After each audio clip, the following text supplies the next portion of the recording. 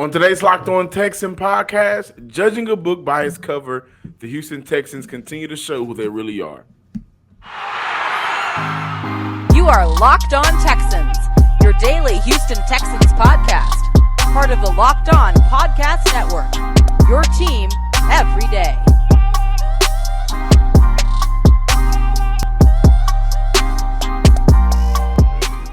Welcome in, everybody, to a Monday edition of the Locked On Texans podcast, a part of the Locked On Podcast Network, your team every day. I'm John Hickman, joined by Cody Davis, and we are here to discuss the 23-20 loss to the Chicago Bears on Sunday for the Houston Texans. Davis Mills, 20 of 32 passing, 245 yards, one touchdown, two picks on the day.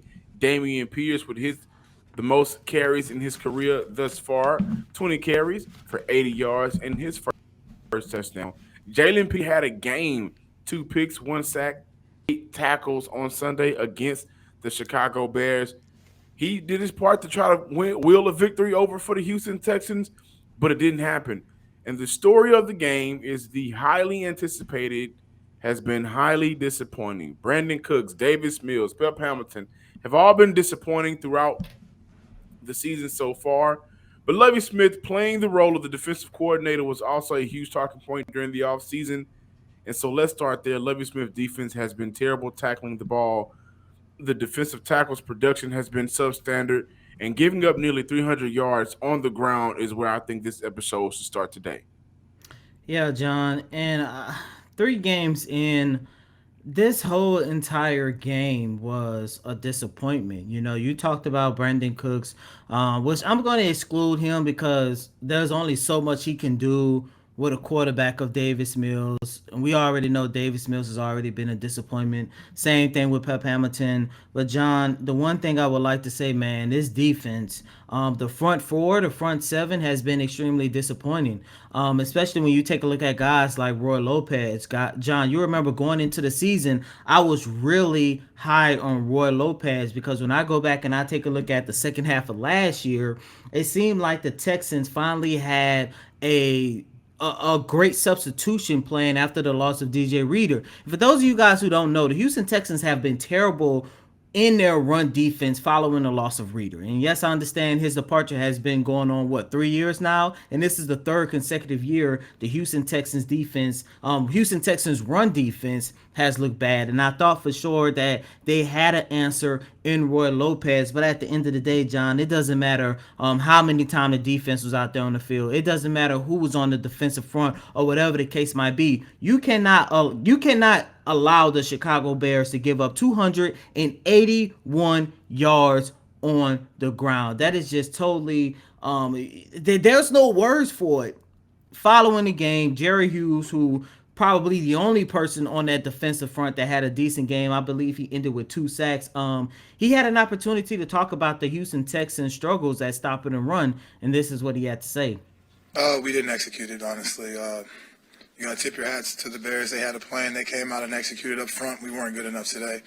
Coach told us all week you got to come in here and make these guys a one-dimensional team. Our secondary played great, but up front we got to do exactly what the coach asked of us, to come in here, plug that run. We know it's going to be a physical game. We were prepped for it all week. We got to come out here and just execute.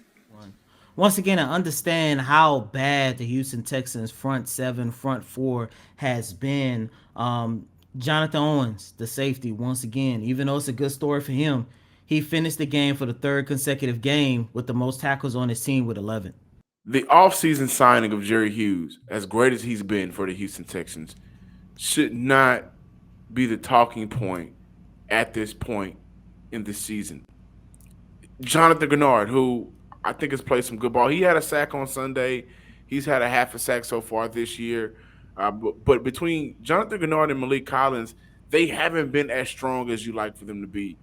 As 2 guys that returned last year, as 2 guys who has a lot of expectations coming into this season for being leaders, for getting better over the offseason. Where have they been consistently? But on top of that, overall, there isn't a lot of – we haven't seen Mario Addison. We've only seen Green in spurts. Okoronkwo hasn't been as effective as maybe you like him to be from what we saw from the preseason. And overall, up front, they're just not able to kind of cause disruption consistently. Listen, Montgomery goes out after 3 carries with 11 yards. And Herbert steps right in, 20 carries, 157 yards, 7.9 yards per carry with 2 touchdowns on the day. And then the Chicago Bears were able to kind of do things, going to a bag of trips with St. Brown, getting him out on the edge on the sweep. Justin Fields, I thought, was great on the ground whenever the pocket broke down and he had an opportunity to use his legs. Guys wasn't able to bring Fields down when the opportunity was there. We look at Justin Fields getting sacked 5 times. That number could have been higher because of the lack of discipline in terms of the assignment and tackling. I've not seen a team this bad at tackling. And what's ironic is I think I said this 2 years in a row. This is an issue. This is a huge issue for the Houston Texans team. And again, a team led by Lovie Smith giving up nearly 300 yards on the ground, I think says a couple of things. Number one, you do not want to be in this predicament that you're in right now in terms of quarterback because there's a top defensive tackle coming out in this year's draft that you would really like for Mm-hmm. Houston. But number two, going into this offseason, the question of the amount of talent that was brought in to compete was always a question mark. And I think we're seeing it right now. The lack of depth is a problem, and overall execution of just bringing down guys or the plays has been an issue through 3 games for this defense, who, by the way, has played some good ball. Like I think everybody would argue and say that even with the losses, majority of those blames shoulders are on the offensive shoulders. But nearly 300 yards on the ground, I think, is a strong talking point to start with in a game of why did the Chicago Bears beat the Houston Texans when the Houston Texans had every opportunity to do so? Before moving on, and I'm pretty sure we'll probably dive more into this tomorrow, but I do want to give kudos to Jalen Petrie. He had an opportunity to record not one but two interceptions in this game, plus his first career sack as well. So Lovie Smith always talking about why we never talk about the positives. That is like the lone Absolutely. positive of this game. And John, like I said, I want to touch more about it tomorrow because this is the second week in a row where we are talking about the defensive back rookies. Of course, last week it was the promise that we saw out of Derek Stingley. This week it's the play that Jalen Petrie was able to do. I just wanted to shine light on that because Jalen Petrie played his heart out today. It's just unfortunate that it came in a loss. Absolutely. Derek Stingley also had a good day on Sunday against the Chicago Bears. He recorded a sack as well. Again, I think defensively, Houston did some good things. It sucks that it will be overshadowed by the fact that nearly 300 yards was given up, and nearly 200 of those yards was given up to a rookie. I mean, a backup, excuse me, a backup running back who's a fairly good running back, but you don't expect backups in this league to come in and give you almost 200 yards. That is something to be discussed. Now, of course, offensively, there's a whole lot of discussions that we can have, and we are going to have on today's episode of the Locked On Texan podcast. Ladies and gentlemen, allow me to inform you of BetterHelp. If you're thinking about giving therapy a try, BetterHelp is a great option. It's convenient, accessible, affordable, and entirely online. Get matched with therapists after filling out a brief survey and switch therapists anytime. When you want to be a better problem solver, therapy can help you get there. Visit betterhelp.com/locked on today and get your 10% off and get 10% off your first month. That's betterhelp.com/locked on today for 10% off your first month. Welcome back in, ladies and gentlemen, to this recap Monday installment of Locked On Texans, recapping the Houston Texans 23-20 defeat to the Chicago Bears. John, of course, we got to talk about the offense, which means we got to talk about Davis Mills. Um, I know a lot of people are criticizing and crucifying Davis Mills for the last drive of the game where he threw the interception that led to the Chicago Bears game-winning field goal. However, John, listeners and viewers, you guys know me. I'm looking at this from a big picture, and I don't think that is the play that actually cost the Houston Texans the game. I think it's more so not only the entire performance, but it just goes back to the Texans' inabilities to sustain drives, and most importantly, of course, in this game, their inabilities to take care of the football. Yes, the Houston Texans did end the game with only take two turnovers, but at the same time, that number could have easily went to four because I believe, if I'm not mistaken, there was, I know for sure, one, which was a fumble by Damian Pierce. Thankfully, Titus Howard was there to recover the fumble, and I believe there was another near fumble as well that the Houston Texans had. But with all of that being said, John, listeners and viewers, the one play I do believe hurt the Houston Texans more than anything is the end of the first quarter, where Davis Mills threw his first interception of the game at the back of the end zone. Of course, his target was Brandon Cooks. However, John, listeners and viewers, if the Houston Texans had an opportunity to convert on that touchdown, that would have put the Houston Texans at 27-23, and we would be sitting here having our first recap Monday installment of Locked On Texans, other than another loss. Now, before moving forward, I do want you guys to take a listen to what Lovie Smith had to say following the game about that interception. And offensively, the same thing. Can't turn the ball over. You definitely can't have a turnover in the end zone, and that really hurt us. Of course, the last one did too, but Damon Pierce is always going to do some good things that we like, but overall, offensively, couldn't sustain enough drives. We had our opportunities, and special team-wise, Dez King, that was a big return that really helped us a lot. But overall, just not a good day. Didn't look like we were a good football team out there today. We played a lot better than what we played today. Take your question. During his post-game media availability, Davis Mills also talked more so about that first interception that he threw, how that killed the momentum for the Houston Texans at that point. But he also talked about the inabilities, how they got into the red zone several times and had to settle for field goals. And John, there are two drives that I'm looking at: the drive to end the second quarter, and of course the drive to open up the third quarter.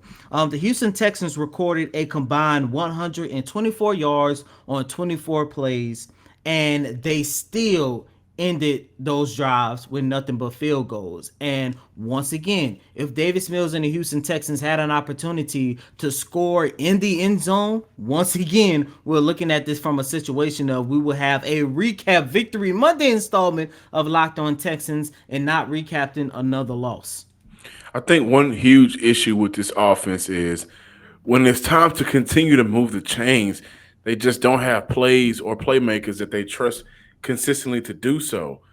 5 of 15, 2 of 13, 3 of 12. Those are all of the third down conversions throughout the first 3 weeks of the NFL season for the Houston Texans. The Texans was 3 of 12 on third down against the Chicago Bears. And you mix that with scoring opportunities that they just are not able to cash in on offensively. The interception to Brandon Cooks on the back of the end zone. If I remember correctly, if Davis Mills waits just a second longer, I believe Chris Moore is beat his man on an out route. He may be able to beat him and score that touchdown. Now, Davis Mills has been having issues throwing the balls outside of the number, but that's a much better option than forcing the ball to Brandon Cooks, who, by the way, had 7 targets on Sunday, only recorded 2 catches. Nico Collins had 4 targets on Sunday, recorded 2 receptions, excuse me. And I have a question of, if we're looking at this team right now and wondering whether or not there is a wrong number one wide receiver. Nico Collins right now has been the big play wide receiver for Houston, averaging over 15 to 16 yards per catch. That is what he's been able to do. Last year, he was a big play wide receiver in terms of yards per catches. And so far this year, he's shown to be able to do the exact same thing. The issue is Davis Mills has just been forcing that ball way too much to Brandon Cooks. And I'm not going to call for a divide in the locker room between the veteran wide receiver and Brandon Cooks and a sophomore year wide receiver. However, I'm seeing Houston more productive offensively whenever Nico Collins is getting involved in the game. And you saw that throughout the game on Sunday. There was multiple times where we were able to see Nico Collins create some big plays, and then later throughout that drive, Davis Mills is forcing it to Brandon Cooks. It's not working as much as he would want it to right now, and that goes back to some of the progressions. Throughout that game, Davis Mills was doing a very good job on at least 3 drives. I think Houston had their best 3 drives offensively throughout this game.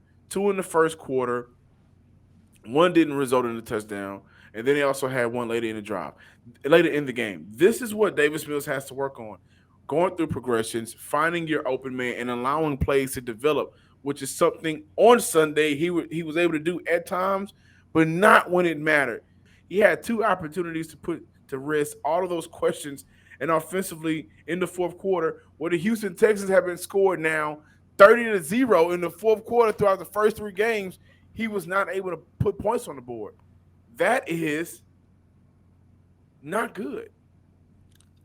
I wouldn't necessarily say it'll be a divide between the veteran wide receiver and the sophomore wide receiver. Of course, you're talking about the divide between Brandon Cooks and Nico Collins, but John, that just goes back to the problems that we have with Davis Mills, because any other quarterback would not be forcing the ball to Brandon Cooks. And I know you just That's alluded not to true. it. That's Yeah, not true. it We've seen a gotta lot be, of John, quarterbacks because force the ball to their number one weapon. We've seen it a lot in the we've NFL. seen it Mills is a not the only lot. one. But like, look, we've seen it a lot. But at the same time, John, what I'm getting to is you go back and you take a look at that game. And I know when the all 22 come out, that's going to be the first thing you're going to look at. Go back and take a look at once again how many of those targets was actually catchable for Brandon Cooks. And once again, we're looking at this from a standpoint that Davis Mills is a one-read quarterback. Because just like the play that we just finished talking about, when he threw that interception at the back of the end zone on Brandon Cooks, had he waited just a split second, he would have known that Chris Moore would have been open. It's the same thing as last week when you had another opportunity to throw a touchdown pass and you missed Nico Collins on one read and you missed Chris Moore on the other read, because what? You was forcing the ball to Brandon Cooks. If you are a quarterback and you are going through your reads like you're supposed to, and yes, I understand that you have your pre-snap reads or whatever the case might be, but at the same time, if your number one target, if your number one option isn't open, you have majority of the time 2, sometimes 3 other targets to choose from. That's my number one issue of whether this is a Brandon Cooks or Nico Collins type of debate or whatever the case might be. At the end of the day, Davis Mills needs to learn how to go through his reads more often and stop targeting Brandon Cooks just because that's your safety blanket.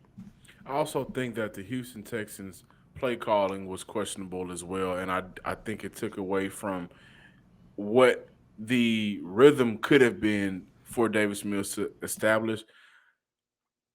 And we'll go back and watch to really break down a play calling or not, because I do think that Mills, Pep, and the inability for some of these players to make plays has all been in question. But I want to go back to that first drive that led to 3 points. That was a drive where they scored on. However, I thought that was a drive not only for Davis Mills but for that offense to feel a touchdown on a real drive.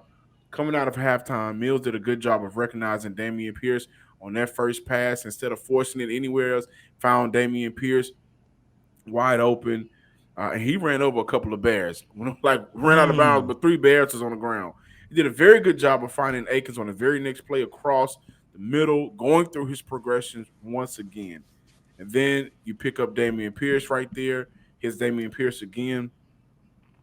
Davis Mills didn't force a throw to Brandon Cooks, but he didn't thread it. The one that Brandon Cooks almost caught. I know He it's what you're didn't. talking He about. didn't thread it. It was a great throw. The He near didn't thread toe it. tap.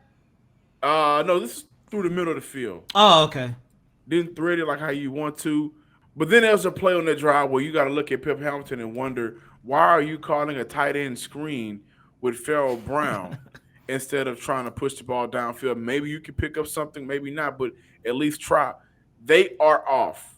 The communication is off between the two, and I think the trust is off between what Pep Hamilton believes and what he believes his quarterback can and cannot do. However, a tight end screen of Farrell Brown just doesn't sit right with me. That doesn't do anything for your offense. And kudos to Jordan Akins, who got signed off the week and came right in and scored. Former Houston Texan. He looked a lot slimmer, and I liked how Houston used him on Sunday. But this offense really does have an issue with consistently keeping drives going on third downs. That has been their weakest point throughout the season so far. And I think third down play calling has hurt them the most because they're trying to establish the run. It hasn't been as successful as maybe they would like. And at times, because of maybe penalties or bad sacks, or whatever the case may have been before the third down call for first and second down, Davis Mills has not been in the most favorable situations either, which I think has hindered the play calling. Welcome back in, Locked On Texans listeners and viewers. Some more takeaways from Sunday's game after the immediate watch. The Houston Texans now have 9 3-and-outs on the year, the most in the NFL. Also, I mentioned that in the fourth quarter, going into Sunday's game, they were outscored 27-0. That is now 30-0. The Chicago Bears won the game off a field goal. Something that I speculated with last week came to fruition, and I think not even fruition, it was just a stamp on it. Jalen Petrie is the best player on this Texans defense. And I seriously think we may need to start having a conversation, which isn't a strong one, if he's the best player on this team right now. Just putting that out there. Jalen Petrie had a phenomenal day. And you can see the reason why he was highly thought of for Lovie Smith and his defense and Nick Casario, because he can just do so many different things. And it was a waste that the Texans was not able to win that game on Sunday. He definitely would have been the player of the game. Also, the fumble at the 6 minute and 39-second mark of the game for Dameon Pierce left him on the sideline throughout the rest of the game. He was not featured anymore. We saw Rex Burkhead.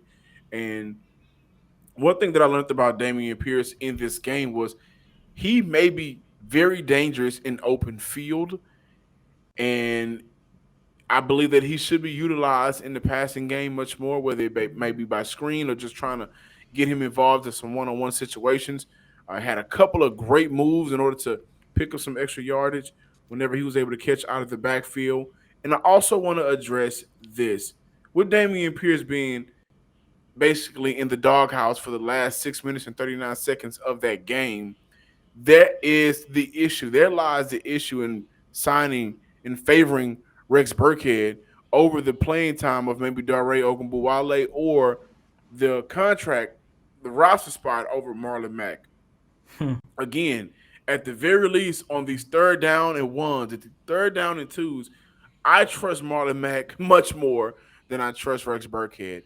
And you're putting a player out there who athletically isn't as gifted as he may have been once in his career, or isn't as gifted as the times would need it. And he doesn't do anything in the obvious better way than what we may have seen out of Marlon Mack, and what we're not seeing out of Dare, who I believe should be on the field more often in those passing down situations. This is just my thoughts, my opinions.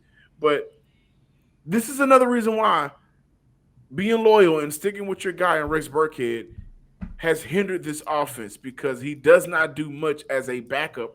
As we're seeing some backups in the league, like Herbert, who's able to rush for nearly 180 yards whenever he can get the time to. So that's an issue. And offensively, Houston just cannot get it done, losing all 3 games, I believe, in the fourth quarter. And with that being said, John, we are sitting here entering week 4.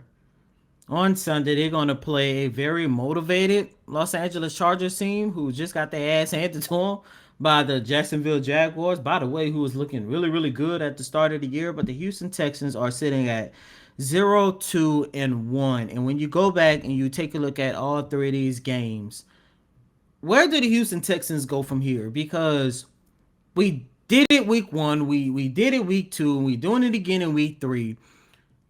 This is an opportunity. There are moments where you could sit there and say, if X, Y, and Z works in the Houston Texans' favor, or if they just had better talent, whether it be at the wide receiving core, quarterback room, whatever the case might be, they could have been entering week 4 at 3-0.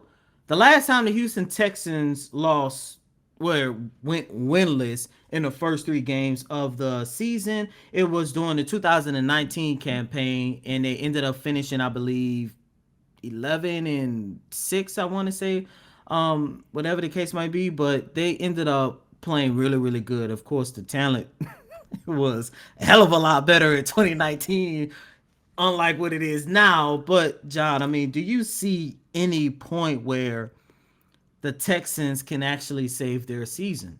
No, no. I thought this was a turning point for him. If it was a turning point, it was week 3. We don't see a lot of teams save their season after going down 0-3, and I Well, don't well, think they, the they they Houston. did in 2019, but once again, I understand the talent level was a hell of a lot better. But they opened up the season 0-3 in 2019, and you know, It's, oh, and was that that's what 2018, 18 or 19, one of the two. that's what I was getting at. Like we don't see many teams do it, and this isn't the team that I'm going to put my faith in to do it. I think right now what we have to look at and recognize and have a conversation around with Lovie Smith is through as a coach, as a head coach, through 3 games, the Texans show their identity, and I think that we now know what that is, and that's currently that's a team that's incapable of taking advantage of opportunities throughout each and every one of their first 3 games. A major important factor for these teams have been out. You look at Montgomery, he goes out in the first quarter against the Chicago Bears. Jerry Judy goes out in the Denver Bronco game, and they're missing guys defensively. Look at how the Indianapolis Colts was missing some players that is important for them, right? And in 3 of those games, they have not been able to exploit what that team is missing and take advantage and get wins. This is the identity of this team. And we wanted to see it maybe turned around on Sunday with the Chicago Bears, playing them a team that is splitting mirror image of you, and you was not able to do it as a team. And I think that the conversation now is this is who they are until they're able to add more talent, until they're able to become more disciplined.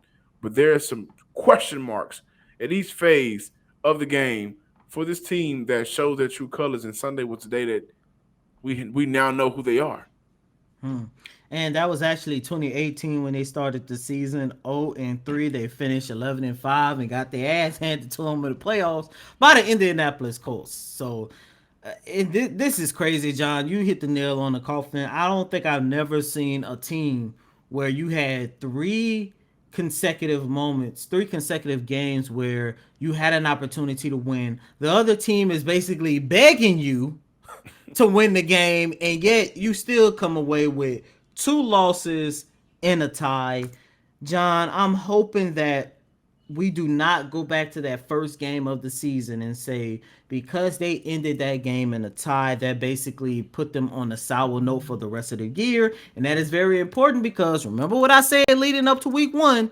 Jonathan Grenard said that first game is very important because it showcased what the Houston Texans will be working with throughout the rest of the season. And here we are entering week 4 at 0-2-1. That's who they are right now. And that's what they're going to continue to be until they're able to muster together a win and fight with some pride. I mean, defensively, they got to bring these guys down. They got to stop missing tackles. And offensively, they got to get some rhythm. And I think that has been a real issue for them because of the time that was missed throughout the preseason, throughout the offseason with your number ones. And I think they took that time for granted. So we'll continue to cover this team. And as long as you guys continue to show up, I'm John Hickman. Make sure you follow us on Twitter at Locked On Texans. Like, comment, and subscribe to the Locked On Texans YouTube page as well. And as always, I'm your host, Cody Davis. Please remember to follow me on Twitter at CodyDavis_24. Once again, that's Cody, COTYDAVIS_24. Until next time, ladies and gentlemen, peace.